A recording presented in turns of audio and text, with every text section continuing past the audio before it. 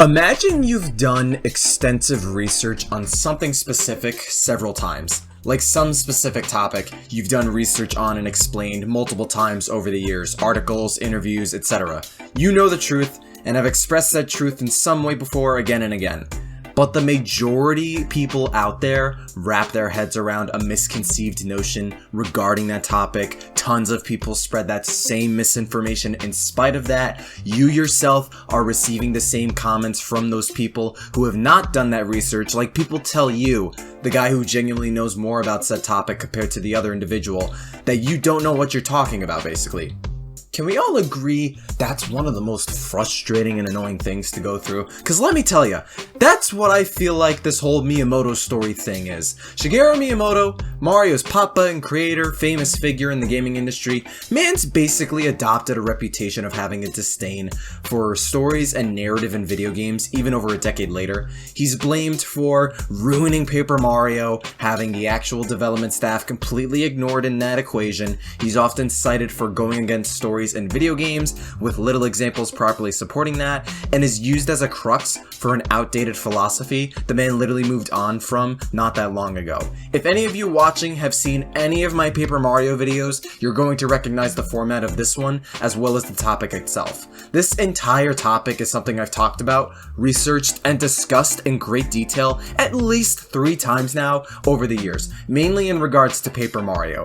Might even be more with the Mario movie, but at least 3 times with genuine research. But whenever a new Paper Mario is talked about, this is still brought up and wholly believed in. Recently again, the Mario movie and how Miyamoto's co-producer, a large number of people have such low faith in the movie, specifically because they believe the idea that Miyamoto is hard against stories and narrative in games and projects he's behind. If any of you are familiar with those Paper Mario videos that mention this specific topic, a lot of what I said in those and recent videos is basically going to be reinstated here. Because for those of you who aren't familiar with those videos or any of my content in my channel, I'm making this video retreading old ground for like the 4th time to get the message across that not just Miyamoto ruining Paper Mario, but specifically Miyamoto hating stories has consistently been false. It's misinformation, it's a misconceived notion, it's not true. So many people still think it's true. Massive creators and figures believe the idea and spread it to hundreds of thousands of other people as well.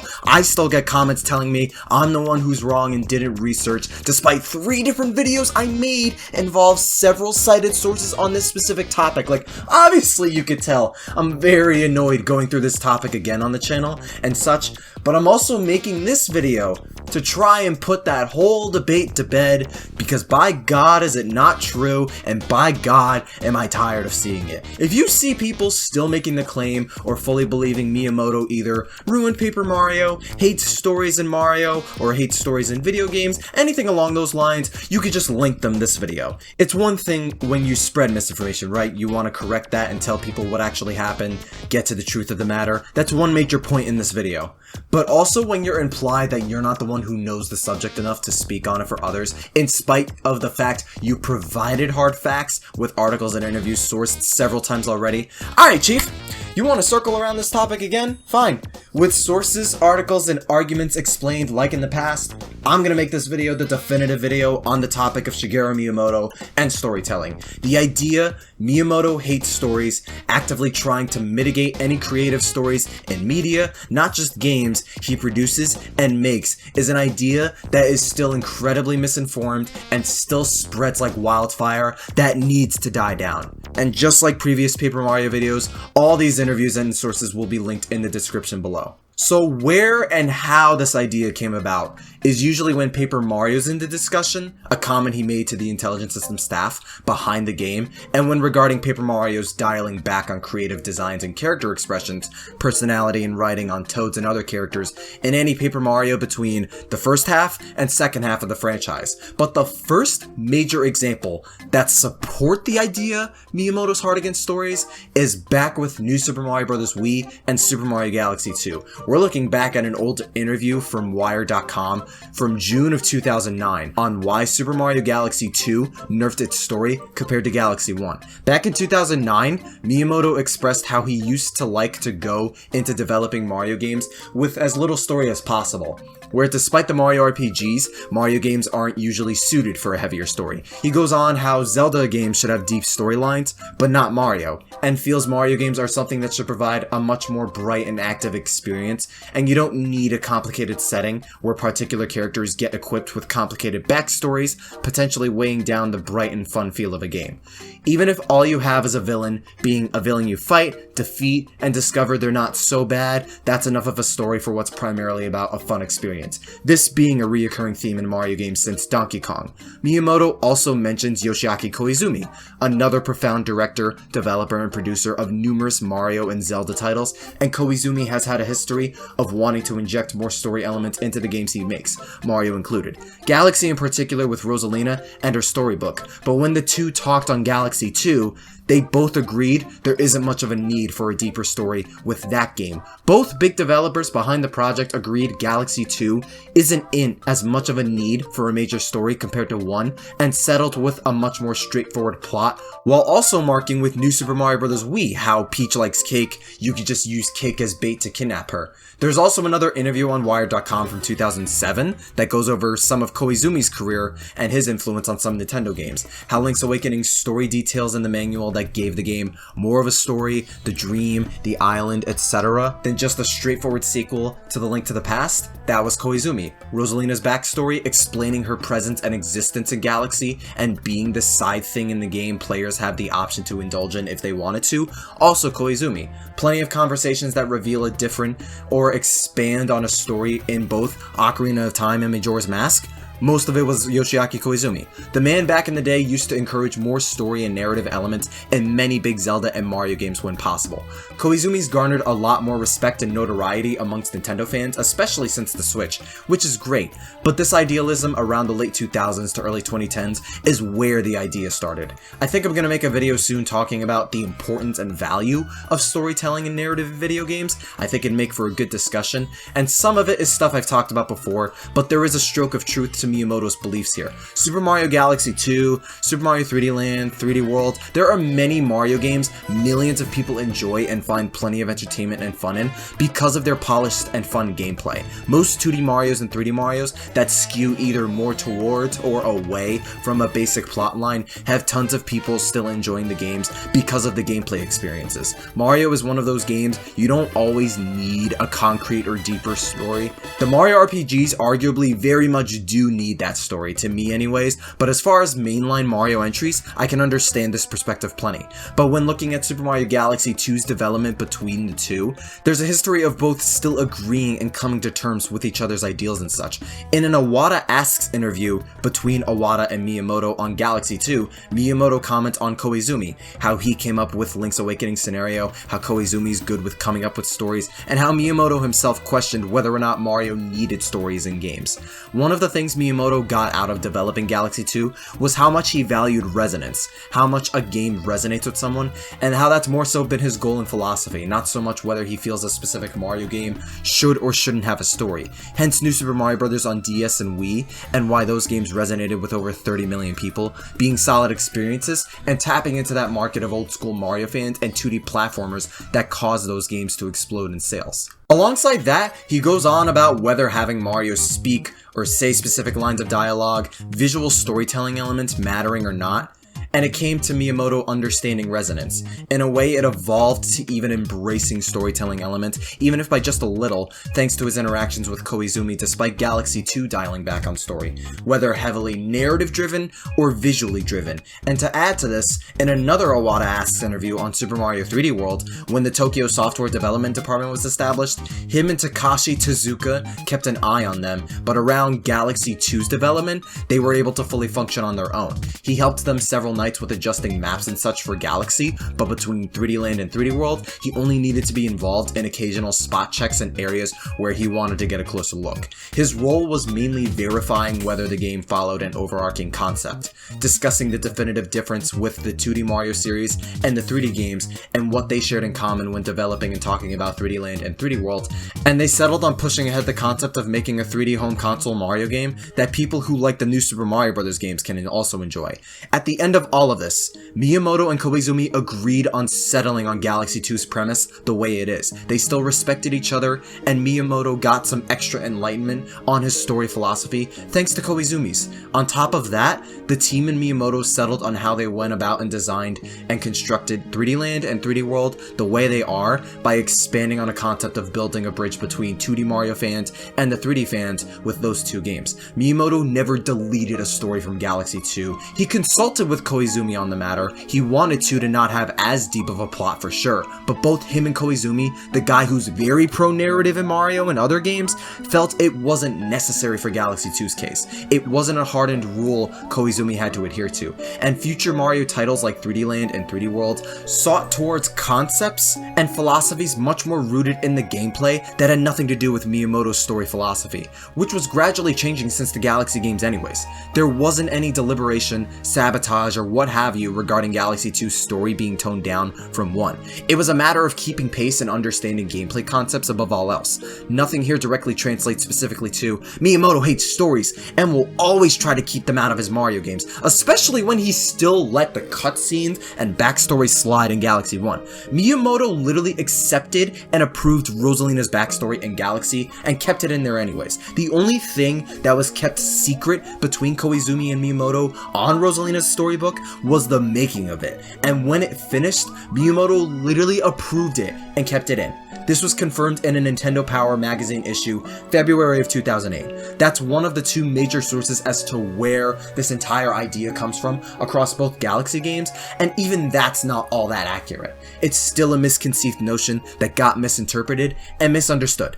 But now, for you Paper Mario fans, we're going back to the history books and dig up an old Iwata Asks interview on Paper Mario Sticker Star, because the other major branch of where this idea comes from, Miyamoto hating stories, alongside Miyamoto killing Paper Mario, is derived specifically from Sticker Star and the Paper Mario series onwards. On the topic of not wanting stories, in the Sticker Star Iwata Asks interview, it started around where Miyamoto played with a prototype build of the game and marked it as a port of the GC version, and Kensuke Tanabe, a major producer of Sticker Star and future Paper Mario titles, mentioned how they wondered where they went wrong, given Miyamoto said something like an RPG would have been fine, and eventually led to the sticker mechanic. Some development later, spring of 2011, Miyamoto played another build of the game, and Naohiko Aoyama specifically restated how Miyamoto explicitly called that build boring, despite Tanabe believing they made good progress anyways. Miyamoto still referred to the game as boring in spite of the progress it made, and Tanabe literally mentioned he felt the opposite. And at the start of the project, Tanabe quoted Miyamoto's two suggestions for the game, quoting one of them as, "It's fine without a story, so do we really need one?" And the second suggestion for Miyamoto being to complete the game with only characters from the Super Mario world as much as possible. Tanabe also used a Club Nintendo survey to gauge people's thoughts on Super Paper Mario's story, an extremely narrow, small, and flawed survey representing a minute fraction of Paper Mario fans. Not don't give it a story. The suggestion was never a hardened rule. It was literally a suggestion. It still followed Miyamoto's main question and ideal of how necessary our stories are in Mario games, not that he hates and will always nix stories any chance he can get. And especially when we've gotten Mario games with interesting and fun stories, visually or narratively, with just Mario-specific characters before. Even ignoring Rosalina, Super Mario Galaxy had a whole atmosphere to it, with Mario saving the universe from Bowser, going to the center of it to save Peach, the orchestral soundtrack, the scope of the game providing this epic feel, etc. Mario and Luigi partners in time, largely using pre-existing characters outside the Shroobs that still gave fun and interesting interactions and a story. Paper Mario 64 was very similar in that regard. Mario and Luigi Paper Jam had not a single new character and still had plenty of the charm and charisma and interactions and writing Mario and Luigi established up until that point. The Origami Kings almost completely just pre-established characters, and there's one specific part where you eliminate the yellow streamer after that gets very depressing and sad. The game built up, and the whole game still has this bright and colorful air to it after the fact as well. Mario plus Rabbids Kingdom Battle, and how all the Mario characters interact with each other, and the Rabbids, and how much more cartoony both parties are portrayed throughout the adventure. Like, not only were those two comments Miyamoto made just suggestions and advice to the team, but the latter is something that doesn't completely omit the possibility of having an interesting story or setup for a Mario game. Alongside the fact, you look at the rest of the interview, Miyamoto was barely involved in Sticker Star at all directly. The stickers, the omission of original characters, the combat, the underwhelming and basic story, nixing Paper Mario from the RPG genre, and trying to separate its roots, that's all intelligent systems. All of, if not the vast majority of Paper Mario's flaws and problems stem directly from intelligent systems and the developers behind these games, Kensuke Tanabe often being a spokesperson for these games. Miyamoto, outside 2 suggestions from a 2011 game, has literally 0 involvement or impact on any of the last 3 Paper Mario games. If you want to go by some philosophy that Paper Mario was killed by some developer, it'd make more sense to talk about the actual developers and staff behind the Paper Mario games and not the guy who literally just popped in every now and then just to check development builds and had no hand in any other development aspect of the game. Adding to this one Eurogamer interview on the Origami King had Tanabe talk about how he inherited this philosophy from Miyamoto about innovative and unique game systems, using that to explain why Tanabe's ignored fan feedback and criticism regarding Paper Mario. He also used that to explain how he's nervous of the previous systems getting stale while ignoring every single other Mario series doing the same systems for their respective series for years and still providing new surprises and experiences while still being well developed anyways. That's a whole thing I dissected twice already, but especially regarding character designs, stories, and restrictions and such, to really get an idea on Miyamoto's involvement on Paper Mario. This interview has Tanabe outright confirming verbatim, since Paper Mario Color Splash, we as a team have almost complete control over the creative direction of this game. Miyamoto-san took a look at the game's development once or twice, but there were no specific change requests. However, all character designs have to go through a review by our IP team, and it's really rigorous. Masahiko Nagaya even agreed with Tanabe on the creative control thing, stating how they didn't want to stray too far away from Mario's universe, and there are restrictions they supposedly have to abide by for characters. Worst case scenario, we're talking just Color Splash and Origami King when it comes to how Paper Mario the way it is now. But this still lines up with how much influence the team had over Paper Mario compared to how involved Miyamoto was in Sticker Star, as well with the way they used Miyamoto's suggestion as an excuse and roadmap for the development. This literally confirms, right in front of your eyes, especially since 2012 onward, that Miyamoto had nothing to do with Paper Mario, the lack of story and originality with it, and a large chunk of the faults it has. The creative direction, the style, the theme, the charm, the writing, the gameplay, the combat, the design, the story, that's all intelligent systems. Even with the contention arisen from this interview and supposed IP team providing restrictions with characters and stories specifically with Paper Mario, when Super Mario Odyssey, Luigi's Mansion 3, Mario + Rabbids Kingdom Battle and Sparks of Hope, Mario Tennis Aces, Mario Golf Super Rush, Mario Kart Tour, etc. can still have all those character modifications, new designs, new characters, original designs, and crazier, epic, and original and creative stories and scenarios.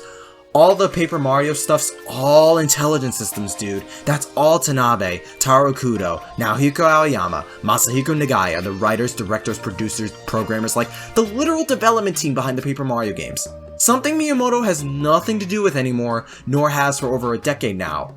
That's why Paper Mario the way it is now. Like, come on, dude. I legit have researched the entire Paper Mario development cycles and insider information to near exhaustion on the channel a couple times already. So I'm not going over the entire Paper Mario ordeal again, but as far as character restrictions, this IP team telling the team what kinds of characters and designs are and aren't allowed, the combat, why it's designed the way it is, the gameplay, the story, the lack thereof, etc. Where, why, and how all these areas fumble in modern Paper Mario, why Paper Mario has such a harsh split between itself and fans, this identity crisis. I'll refer you to check out why Paper Mario refuses to change, and the frustrating Paper Mario interviews continue. You want more specifics on Tanabe, Super Paper Mario's development ideals and process, Sticker Stars, Color Splashes, the Origami Kings, etc., with several interviews and pieces from multiple developers and people behind all of these games, especially regarding Sticker Star, Color Splash, and Origami King. Just check out those 2 videos.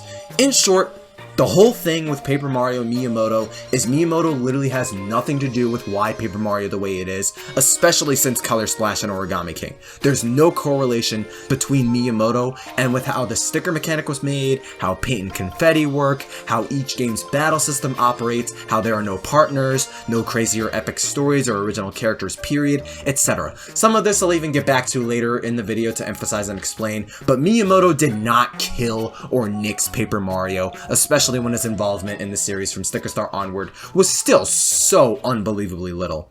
This is especially debunked when you look up the fact that arose since 2019 by Miyamoto himself in a Nikkei interview that Miyamoto's philosophy on Mario, and specifically Mario's stories, is legit the opposite of what people believed what his mindset was for the longest time.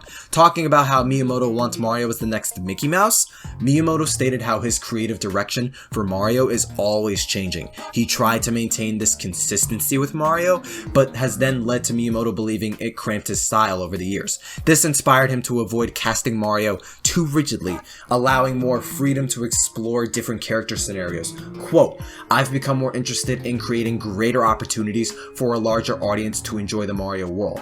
Same for this Silicon Era excerpt from a Verge interview from 2017. Koizumi elaborates on Miyamoto's involvement with Super Mario Odyssey, explaining how it's similar to past projects and how they'll approach him and say, "This is the kind of game we want to make. This is what we're hoping to achieve," and Miyamoto will look at that, give his feedback, advice, and ideas. With how much advice they take on, they have this degree of flexibility and autonomy, and as far as Odyssey, he left them to their own devices quite a lot. Like, does any of this imply or scream in any capacity Miyamoto has a hard-on for anti-narratives at all? Nothing here adds up to that narrative whatsoever, and I think you could kind of grasp why I'm annoyed hearing this topic arise over and over again. Even to game development, especially with the Switch, Miyamoto's direct involvement in games has been very minor, as he's taken a back seat and allowed more and more development teams, studios, and developers to their own devices and creative liberties the vast majority of the time. Super Mario Odyssey has more visual, thematic, and even narrative storytelling than the last three 3D Mario games. If Miyamoto were super strict and hard against narratives and stories, he would not have approved Rosalina's backstory in Galaxy 1. If Miyamoto hating stories was true, he wouldn't have approached Yoshihiko Maekawa and Alpha Dream and tasked them to make a new sense of adventure for Mario and Luigi for Superstar Saga, since the start of what would be one of Mario's most story-rich games and sub-series ever. If Miyamoto killed Paper Mario, there wouldn't be this much information surrounding intelligence systems and Tanabe and the staff, implying it's both far more than that, and when Miyamoto's hardly referenced much in the grand scheme. Heck, Miyamoto's the dude who created Donkey Kong and Mario. Both Donkey Kong and Super Mario Bros. In arcades and on NES. They pioneered narratives in video games. This ape going on a rampage, and you're tasked to save your girlfriend from him. Similarly with this plumber doing the same for a princess from a turtle dragon. Even if there's a strong argument of saving the princess being more of a goal, a motivation, and a means in creating a situation than an actual story, Miyamoto literally set a foundation for video game narratives back in 1980. And even during periods, games, and examples that imply he does not like nor want stories and projects he creates, there's not only reason to suspect it's not as much of a hardened philosophy as many still claim, there's so much evidence and reason that confirm the opposite's true, especially when a lot of it is recent and relevant information, and when his impact and influence on many Mario games this past decade has been as low and non-existent as it has. If Miyamoto didn't want original characters, unique scenarios, or unique designs, we would not have gotten all of those new characters and races in Super Mario Odyssey. We wouldn't have gotten the return of Portrait Ghost in Luigi's Mansion 3 and all those designs. Super Mario Odyssey, Mario Tennis Aces, Mario Golf Super Rush, Mario Strikers Battle League, and Mario Kart Tour wouldn't have provided such a vast slew of character designs and modifications if that were the case as well. If Miyamoto wanted to create liberal restrictions and creative shackles on Mario and Mario stories, Mario plus Rabbids Kingdom Battle wouldn't have even existed. Miyamoto's the entire reason that crossover got greenlit, and now it's expanding with a sequel in Sparks of Hope, with even more crazy character designs and actual backstories for those characters. If Miyamoto hated created stories and narratives, he would not have directed 3D Pikmin shorts and a Star Fox Zero animation.